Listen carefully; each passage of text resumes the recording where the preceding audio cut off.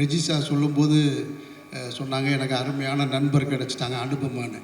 அனுபமா கூட தான் ஒரே ஒரு சீன் இருக்குது எனக்கு.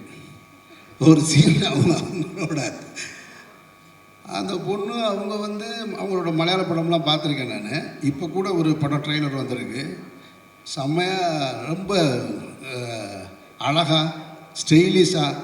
ஆனால் இந்த படத்தில் பார்த்தீங்கன்னா, உட்காருங்க ப்ளீஸ், இந்த படத்தில் பார்த்தீங்கன்னா வேறு ஒரு டைமென்ஷன்.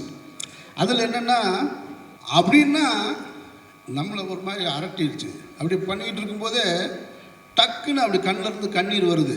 என்னடா அந்த பொண்ணு கிளிசரின் போட்டு அழுகுதா, கிளிசரின் போடாமல் அழுகுதான்னா பிரமாதப்படுத்திச்சு.